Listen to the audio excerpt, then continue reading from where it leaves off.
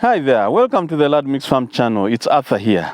I would like now to look at how we can effectively use the bucks or the males that we have on our farm for the upcoming mating season.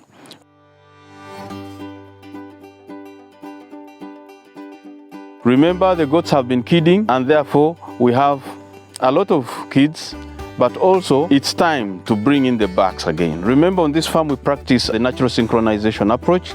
This is where you bring all the mothers and the he-goats together for a specific period of time. Then they'll be able to mate for a certain period of time. Here at Lad Mix Farm, actually, we leave them for 2 to 3 months. Currently, we go for 3 months as we try to, improve ourselves.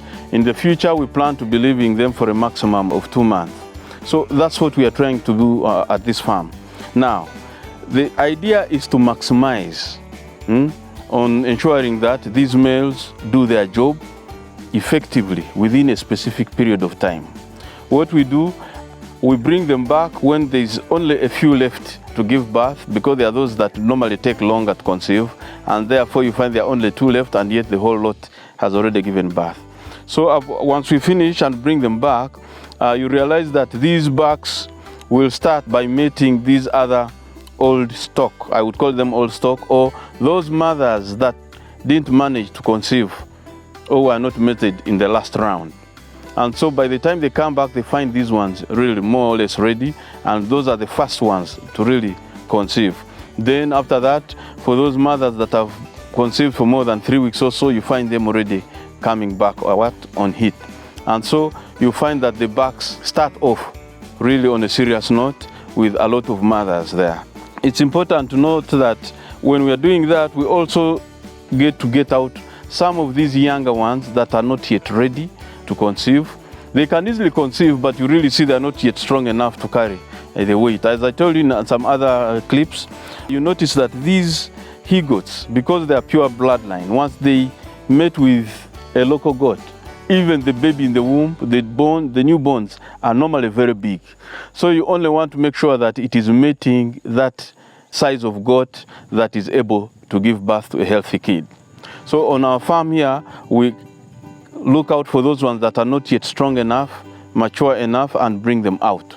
Remember, we are talking about the other mother flock that we acquired, that we bought. I told you that some were of age, but others were not yet of age. And so we still have those ones. Remember, being local, some of them, they really grow slowly, and therefore you can't rush to give them the buck just because you have the buck. You'll be doing a lot of damage to this other goat, and yet when you look at its feature, you notice that once you give it ample time to grow, it will actually turn out to be one of the good mothers, very big and strong. So at Lad Mix Farm, we've been able to release these 2 he-goats, and this is also creating competition amongst them. That's one other thing I would like really to emphasize. If you're a goat farmer out there and you have a good number of goats that you've started with, yes, the bucks are coming quite expensive. You have to part with around 3 million to be able to buy one pure buck. But remember, you have a specific period of time where you're leaving these he-goats to be able to mate. Remember, you also want these goats to be able to conceive and produce within a specific period of time, let's say within 2 months. And so it means you have to plan properly and ensure that they get sufficient time, especially for the bucks, to be able to mount them. Why? For instance, at Lad Mix Farm, we have the Boer he-goats. Now, as I told you, Boer he-goats don't have very high libido compared to, let's say, a Savannah. A Savannah, the ratio would be 50 mothers to 1 he-goat. For the Boer or Kalahari, you'll need at least 1 he-goat for 30 mothers. And now here we have around 50 mothers. It means we have to make effort to add in another buck. Fortunately for us, we've already done that. But if you're out there and you have 50 mothers, 1 he-goat and it is a Boer, is not going to do you. It could do, but it will take longer and you'll exhaust it more. So it's better if you can be able to save some money, get in a second buck.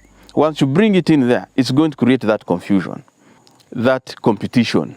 The other male that has been there will want to dominate, and yet this one also wants to mate. And so by doing that, they'll want to be territorial, guarding against this one that is ready to mate, but there's no way it can guard against all the 50 mothers. So you'll create a lot of competition, and they'll all try to mate as much as possible. And by doing that, you as a farmer, you're already achieving your goal of having all these mothers come on heat and then served early enough. Remember, when you bring in the he-goats, even those mothers that are not yet on heat, because of the smell of this he-goat, actually, we are told that these females love that smell so much, and it causes them to come on heat faster. So as the he-goat is running about trying to mate with these ones which are already ready, that smell and so forth, it's now putting a challenge on these other mothers that have not yet really come on heat. So you'll find that all of a sudden, the other mother, after 1 or 2 days, also coming on heat, thereby enabling you to serve, to ensure that all your mother flock is served on time. And that becomes a very good practice, especially as you use the natural synchronization approach. It is okay by the time you finish the 2-month or 3-month, when you are left with around maybe 5% that have not conceived. It is natural.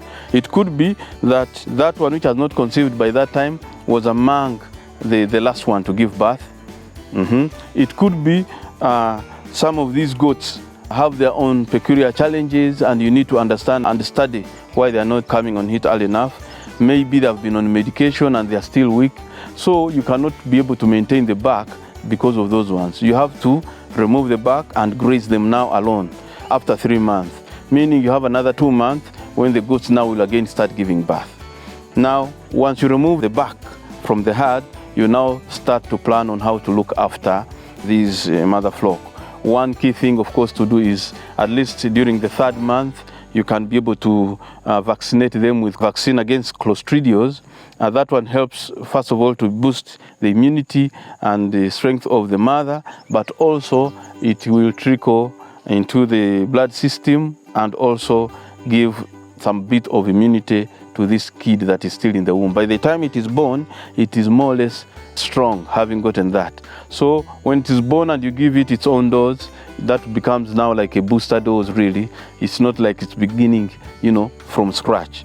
So as you're out there, please practice the natural synchronization approach. It's a very good approach. You are able to look after your kid goats at a go, study them well. If you are planning for a vaccination for them, if you have a good number, then you are able, it helps you to buy the vaccine. Remember, they are sold in batches of, say, 650 or 100. A vaccine you can use to serve 50 goats at a go. You will not get a vaccine of serving 1 or 2, 3. So it has to be 50 or 100. So if you don't practice the natural synchronization approach, it's going to affect you in terms of the expense you're going to start incurring. And yet when you do that, not only will you save on money, because then you'll have to buy a dose at once and vaccinate them and take them through that schedule, but also looking after the young ones becomes much, much easier. And then it will not be a headache for the herdsmen. Remember, as we do these practices, as we go into farming, as we have these passionate, workers that would want to work, try to make the situation or the environment conducive for them. If you do natural synchronization, they give birth once, it's not be stressful for the herdsmen. But if you just let them and you say the he-goat is staying there all the time, is giving birth, these ones want to go and graze, it's during the rainy season, and it is a headache at 3 o'clock, a goat is giving birth, he has to come out, you might cause these herdsmen to get tired so fast and leave, and go and look elsewhere for some farmers who are more organized, you see. So natural synchronization is the way to go. You will not regret it. Let us embrace it. So if you feel that this information is helpful, please go ahead and subscribe, press the notification bell, and also share with the other members. This way we shall be able to learn and improve ourselves. Remember, we are not the experts, we are coming in to support. If you want to construct a goat house, please get in touch with us. We shall be able to do that for you, and so be able to journey together. Feel free to reach out. We want to become a learning, community of farmers supporting one another. If you're in the diaspora there and you're wondering how to go about it, get in touch and then we can discuss. If you want us to pay a visit to your farm, you'll be able to pay us some consultation fee, and we shall go there and assess the situation and give you feedback. That way we shall be able to journey together and as we support one another. Thank you very much.